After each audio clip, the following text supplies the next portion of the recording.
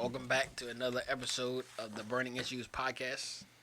Today we'll be discussing Trump's challenges and what to expect moving forward. You know, he's had a lot of success in his 53 days in the presidency. We're seeing a lot of change. We're seeing prices come down on eggs and gas and everything. Yep. And now we're starting to see these liberals not have nothing else to say as far as Trump and everything else. However, well, egg prices are high. They are on. If you look at the graph, shot down, straight down. Look, nobody was complaining when Biden was in there and the egg prices were sky high. These liberals weren't complaining then, but now they want to complain. But either way, so it's going to be a abbreviated version of what I think is going to happen. There's three main ways that the Democrats like to play ball with Trump. It's either some type of legal battle. Some people call it a lawfare. Mm-hmm. They try to impeach him, or they try and smear his name and or his reputation, or people in his immediate, cabinet vicinity, whatever, staff. So let's talk about some things in the past. First impeachment was in 2019.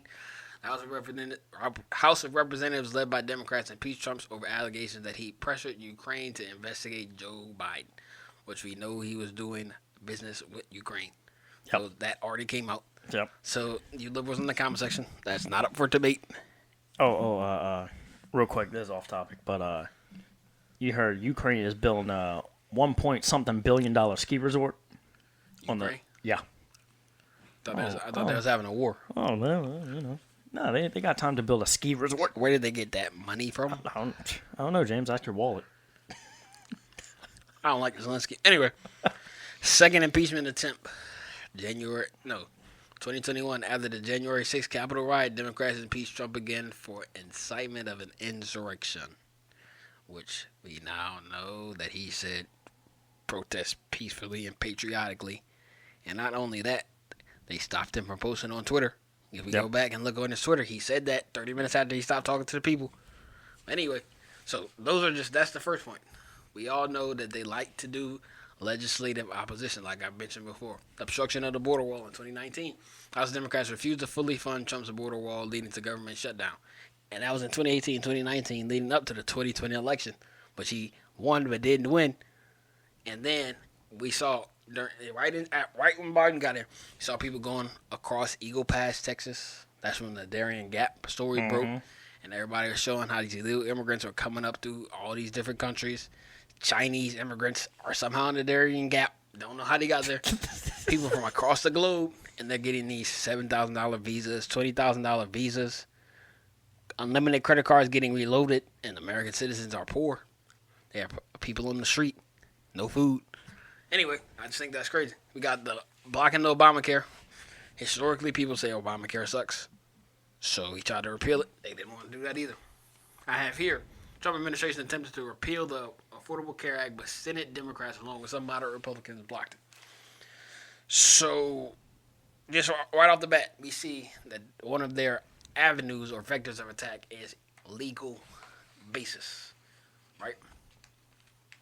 Now, like I mentioned, my second point would be they attack through smearing his reputation. Investigations and oversight. The Mueller report. Democrats supported an expanded investigation to Russian interference in the 2016 election, saying that because he got on the phone with Putin, that he was colluding. Yeah, okay. Colluding. Okay. Trump's tax returns, which has nothing to do with his presidency, but even though they went through him and found nothing. He's playing the game fair. Look, he said there's a famous clip of him talking to Hillary Clinton, and Hillary Clinton saying you're gonna give tax breaks to the rich and blah, blah, blah. And he was like, I use the same tax tricks that your people use. Yep. So it's not illegal to find a loophole in the law. Nope.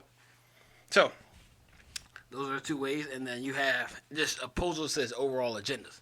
So, for example, Democrats fiercely opposed Trump's Supreme Court nominees, especially Brett Kavanaugh, due to sexual allegations, and Amy Coney Barrett because of the timing of her nomination before the election. So Brett Kavanaugh, I don't know what became of the sexual allegations, but I'm sure that was spoofed.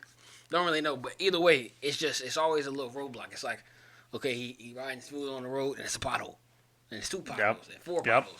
And they just don't know when to quit, but they end up losing anyway. What else? Yeah.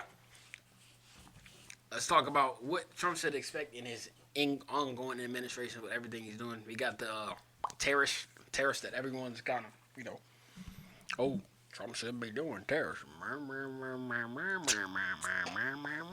Price is gonna go up.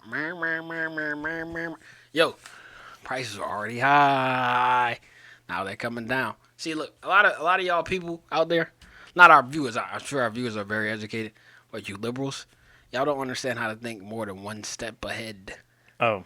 Tariff is like Trump setting up the rest of the world and nations up for checkmate. Yep. Oh, But he checkmate, huh? just pushed the pawn, moved the knight, and eventually, and now we're seeing that plan is coming to fruition. We're seeing companies come back to the United States. Honda, or it's either Honda or I think it's Honda. Honda, Audi, all these different companies come back to the United States. Why? Because they don't want to pay the tariffs, which means what? That's more money circulating in our economy. Mm-hmm. That's more jobs in our economy. That's going to mean more raw material supplies coming back to our economy, which is going to not only make cars cheaper, but anything else that take raw materials. So, sounds like a win-win to me. He's definitely going to have to deal with some protests, some boycotts from other countries, probably people in the United States. He's going to have to deal with probably another smear campaign somewhere down the line. He's got to deal with people in his own party not siding with him. We've seen that before. We've seen what Pence did back on January 6th. Certified the election, even though there was a widespread voter fraud. We saw that. Videos of them boarding up the windows and stuffing ballot boxes. But anyway, that's a whole different thing. But yes, so Trump has to worry about boycotts. He's got to worry about them stonewalling him in the court when it comes to putting some bill through.